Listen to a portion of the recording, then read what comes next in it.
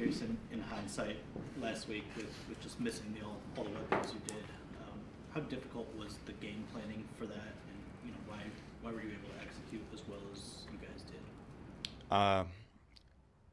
I think it's really a testament to what we've built in the springtime and over training camp, both with the players and the coaching staff. Just they all understand what we're trying to do scheme-wise, and so if their number's being called, it's just business as usual, really. A lot of guys stepped up last week, and it was good to see. That's our expectation, really, every week for whoever's out there. How do you see the way that Jared Goff has been playing is being sustainable? I mean, you look at where he's at, as far as the quarterback is rating and passing yards. Do you see what he's doing is being sustainable based off the work that he put in?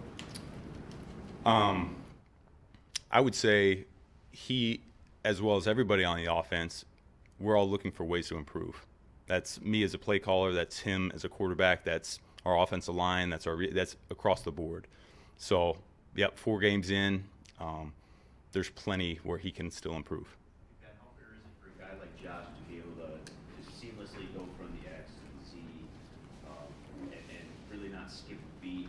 Jared said that's kind of rare in guys. Obviously, you cross-train, you teach guys, but to be successful at it and to be able to do it are maybe two different things. Just what does it say about him that he was able to kind of step in mid-game and just seamlessly perform? A lot of guys played well last week, but I would say that whole group, the whole receiver group, I was really proud of.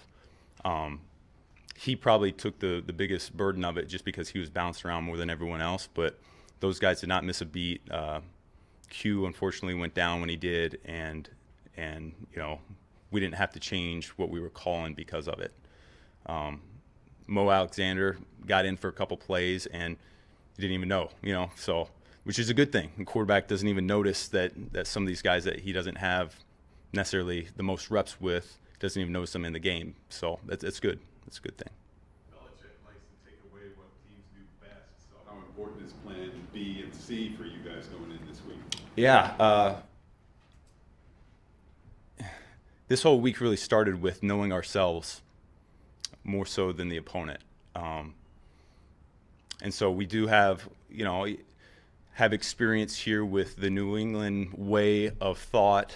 Okay, we've got some coaches that were a part of it. We've got, obviously, Coach Patricia was here. So we have an idea how they like to develop their game plan on defense. So with that being said, we did look hard at us.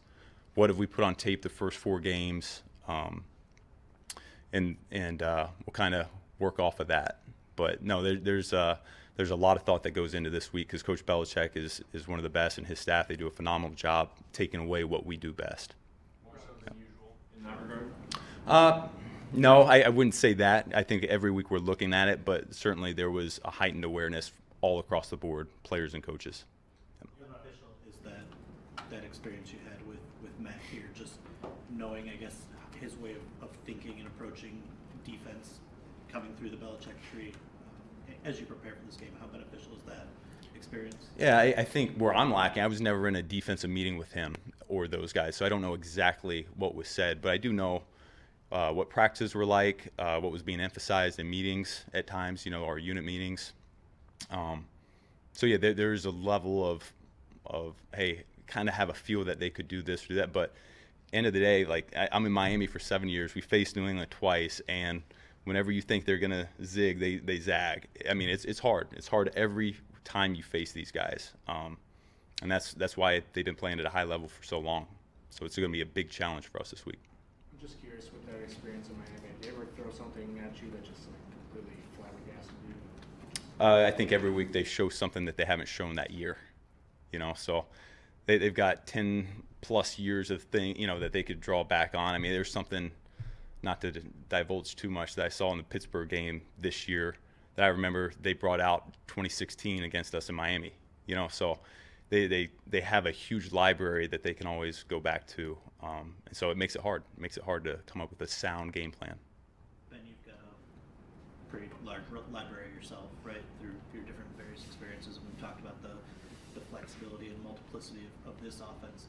Does that give you the opportunity to create maybe some of that zigzag dynamic, and surprise opponents just because of that offensive flexibility? Potentially. Yeah, I mean, we only have 4 games on tape for them to study. Certainly, they can dive back into last year with our personnel. I think that's always where it starts for them. They want to know our players more so than the scheme. And so, yeah, I'm sure we'll have some wrinkles for them that they haven't seen on tape. But overall, it's going to be a good game for both sides. Josh said earlier this week that the offense has a Ramsey feel to it, just as in LA Rams and what they were doing a couple years ago, as explosive as they were and whatnot. What do you sort of see as the ceiling for this offense? What can you be? We are only 4 weeks into it, I guess, right? So there's still a lot. I'm sure that you guys still are being on the field and thinking. Yeah, I mean, number one goal for us is to win games, and we haven't done that. So, whatever it takes to win games, that's where it starts. That's where it finishes. The yards, the points, all that stuff. That's great. But at the end of the day, we need to find a way to win a game. That's all we're concerned about right now.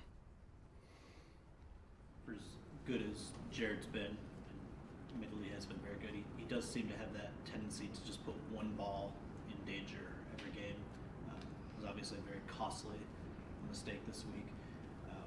Is there anything you can do as a coach to kind of take away that risk tolerance that he does seem to have in his profile? Could hand it off every single play. It's probably a bad strategy. Some Big Ten football. No, we have a lot of confidence in him, and like I said, he's got some areas that he wants to improve over the first 4 games. That would be one of them. There's some decisions that he would like to have back right now. So we'll continue to work with it. We'll continue to address it, and he's getting better. He really is. We'll keep pushing the envelope. Are there any updates about any weapons who may be back this week or that he may have? Yeah. Receivers? It's all in flux. You'll have to ask the head coach for that, but would love to have everybody back this week. We'll find out. In the room making the decision, but it seemed like cutting Tom Kennedy was a tough one for Brad and Dan this year. Just personal feelings about him earning that spot on the roster this week. Yeah. He's a guy that had to take the humble road. He's battled. I always compare him to Danny Amendola. I had Danny in Miami, and then was lucky to have him be with him for a couple years up here. And Tom picked up a lot of his game from Amendola. Selfless, balls to the wall every single play. It doesn't matter practice or in a game. He's getting after it. And so I have, I'm very excited for him. Capitalizing on this opportunity to be on the active roster and see more playing time. It's good. Jared was mic'd up for the Seattle game and kind of got to see the end of the game exchange between you and him. You apologized to him. He apologized to you. Obviously, a lot was made about your guys' relationship early on in the year, but as you found success while still continuing to face adversity, has that bond grown at all or changed in dynamic at all? No, we have a great relationship. I feel like we both challenge each other on a daily basis. He brings ideas to me. I bring things to him that maybe are outside of his comfort zone, and we've both been very receptive to coming to an agreement. And once again, going into the game, I think he feels really good about everything that we're calling right now. Well, just some of the things that Dan and I guess AJ have said, lead you to believe the Patriots are going to run the ball a lot this week, right? That's maybe a way that they can control the clock and with their quarterback situation. What sort of stresses does that maybe add to the offense when your possessions might be a little more limited? I probably don't look at it that way. I think the head coach sees the big picture, and once again, on Fridays and Saturdays, we'll sit down and we'll talk about anything specifically if we need to call the game differently. But always from my perspective is every time we have a possession, we're looking to score a touchdown, point blank. And your run game is obviously really good so far this year. What do you attribute the success to, no matter who's in there, in the backfield, who's out at the offensive line? You guys are running well. What do you... Good players and good coaches. Coach Fraley's amazing. Deuce Staley's amazing. We have an excellent offensive line from 1 to 10, and all of our backs run hard. Yep. Is it unique at all that all the offensive players seem to be this hungry to score more points when you guys have the top-ranked offense situation where maybe you've seen pros in the past, you know, they're doing all they can, or I guess how would you kind of see that? No, there's plenty of room for improvement for us, and that's all we're focused on. Each player is an individual, and us as a unit. That's all.